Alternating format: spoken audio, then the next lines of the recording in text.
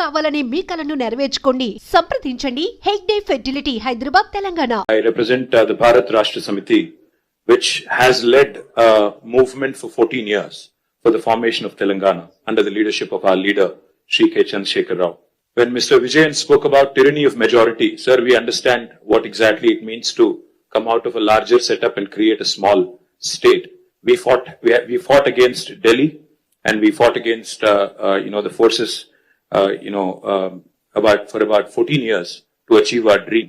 A long fraught battle it was.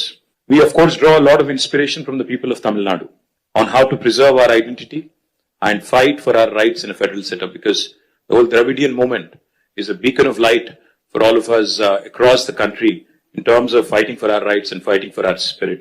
We of course also are aware that the 5 South Indian states are at the receiving end, as was enunciated by Shri Vijayan ji, Shri Revanth Reddy ji, and also eloquently by D.K. Shivkumar ji, of the union government's policies. Despite demonstrating robust growth across sectors, these states have been victims of apathy and discrimination. Let me remind all of us, we live in the world's largest democracy, India. But democracy should not become a mobocracy. We cannot let numbers dictate terms. We cannot let numbers dictate policies. While any true federal government would incentivize high-performing states, we have a dispensation today in India that rewards laggards and penalizes achievers.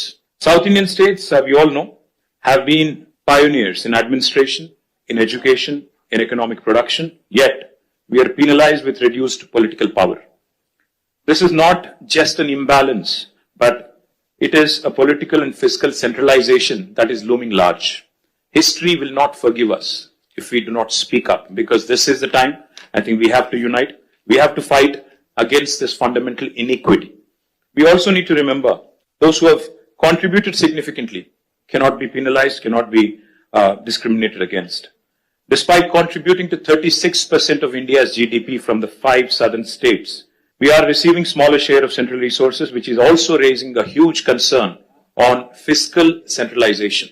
Delimitation will also create a situation where fiscal resources will also be centralized, much to the chagrin, much to the detriment of South Indian states. If we allow this to continue, I fear that as South Indian leaders, we will be doing a great disservice to our future generations. So history will not forgive us, let me repeat, if we do not speak up now. Discrimination against the South is not a new phenomenon. However, it has reached an alarming proportions in the last 1 decade. From forcible imposition of Hindi to projects like bullet trains only being confined to the northern part of India, union government's initiatives are clearly discriminating against the southern states. To make matters worse, the BJP-led union government is now attempting to implement delimitation on basis of population, adding insult to injury. I'd like to begin by quoting a renowned jurist who once famously said, "A true federation does not allow any region to dominate another, nor does it permit the dilution of democratic representation based on transient factors." So if Lok Sabha seats are increased on population basis, it could prove detrimental not just to South India but also to our friends from Punjab.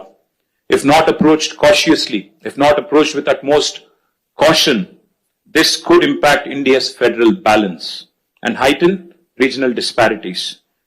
We all are Indians first, and then I think we have sub-regional identities, and we cannot have that be challenged.